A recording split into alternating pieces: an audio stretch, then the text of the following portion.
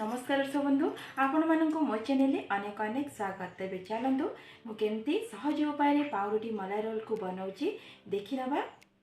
पाउरुटी एवं नड़िया को लेकिन ये रेसिपीटी बनैबा बहुत ही सहज। घरे थिबा सामग्री रे किछि मिनिट भितर आपण माने एटाको प्रस्तुत करि परिबे।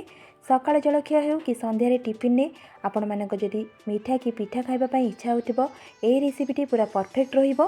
पाउरुटी भितरे नड़िया और क्षीरर स्टफिंग बहुत टेस्टी लागिबो खाइबा पई। एथिपाई 9टी ब्रेड को मुझे टिके फ्रेश ब्रेड नेबे। गोटे बाउल नड़िया कोरा बा फाळे नड़िया को करके रखी 8 ରୁ 9 चामच चीनी को नहीं आपण मैंने गुड़े भी बनई पारे। गोटे बाउल क्षीर को नहीं गैस रे कड़े बसैकी से डालडा घी को दे दूची।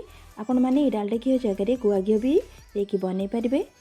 बे देखो घी मेल्ट हो गला। ये मु नड़िया कोरा और चीनी को दे दूची। जमती पूरा प्रस्तुत करे सेमिति ही नड़िया को भाजी नवा। चीनी को देदेली ताको भल से मिसई नौची। पिठा पाई पूरा जमती प्रस्तुत करा जाए ए रोल पाई स्टफिंग आम सेमती रेडी करवा। बे देखंतु नड़ियार कलर ये हल्का चेंज हो आसलानी। टिके समय भाजी सारा पर आम ये अल्प गुजराती गुंड को देदेबा भल फ्लेवर आसापी स्टफिंग। गुजराती गुंड को दे सारा पर आउ किछि समय पाई ताको टिके भाजी नवा। एबे हमर पूरटी प्रस्तुत हो गला बा स्टफिंग टी प्रस्तुत हो गला। मुझे एबे बाउल को काढ़ी नौची। सब नड़िया को बाउल को काढ़ी नेली। एबे पाउरुटीर साइड गुड़िक आम काटी नवा। एबे देखो जमती काटी नौची आपण माने सेमती काटी नेबे कारण साइड पार्ट रहिले हमको फोल्ड करिया पय असुविधा हेबो। एबे साइड गुड़िक मु काटी नेली। गोटे बड़ प्लेट रे क्षीर को अजाड़ी दबा। से आम हाथ को बुड़ेकी पाउरुटी उपरे ताकू टिके कोट करि नबा। देखंतु मु जेमती करूची आपण माने सेमती ही करिवे जहाद्वारा कि पाउरुटी सॉफ्ट हो जिवो। फोल्ड करिया पय हमको सुविधा हेबो। एबे सेथिरे नड़िया पूर को आम देदेबा बा स्टफिंग को देदेबा। अल्प करके देबे ताको एबे फोल्ड करि नौची। फोल्ड करके हाथ रे ताको प्रेस करि नेबे हल्का रे बिल्कुल जेमती को साइड खोला नथिबो। एबे देखंतु हमरो गोटे रेडी हो गला। ताको प्लेट को रखी नौची। आउ गोटे पाउरुटी को मुझे बनै नौची सेम प्रोसेस रे। एबे क्षीर को सेथिरे दे देली ताको टिक्के प्रेस करि देकी तापर सेथिरे नड़ियार स्टफिंग को दे दबा। पुणी ताको फोल्ड करि नबा।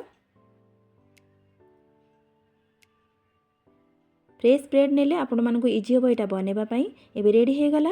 सेम प्रोसेस रे मु सब पाउरुटी को एठी बनै नेली। गैस रे सेपटे कड़े बसई थी। कड़े रे एबे तेल को दे दूची। अल्प तेल देबे। तेल को स्पैचुला साहाय्य टिके चारिआड को स्प्रेड करि नबा। आपण माने तावारे भी एटा को बनै परिबे। एबे सेथिरे पाउरुटी को मु दे दूची। जेतिकी जगह हबो सेतिकी देबे। केयरफुली करिवे नहले भांगी जिवो। एबे गोटे साइड किछि समय पर हल्का हो गलानी। मु ताको आर साइड कोल्टे दूची। बेसी पोड़ीबे नाही।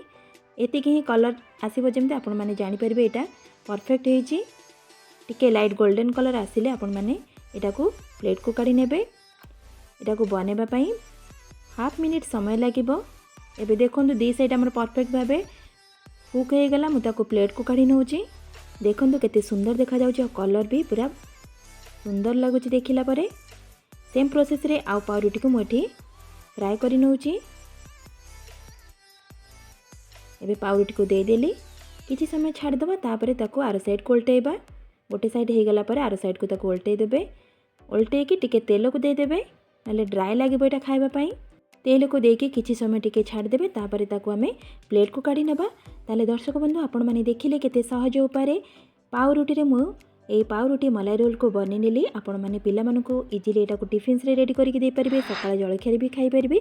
जदि आजिर भिडियोटी आपण मानको पसंद लागिथिबो प्लीज गोटे लाइक शेयर एवं सब्सक्राइब करबा को बिल्कुल भूलिबे नहीं। आज पई रहुची। नमस्कार। जय जगन्नाथ।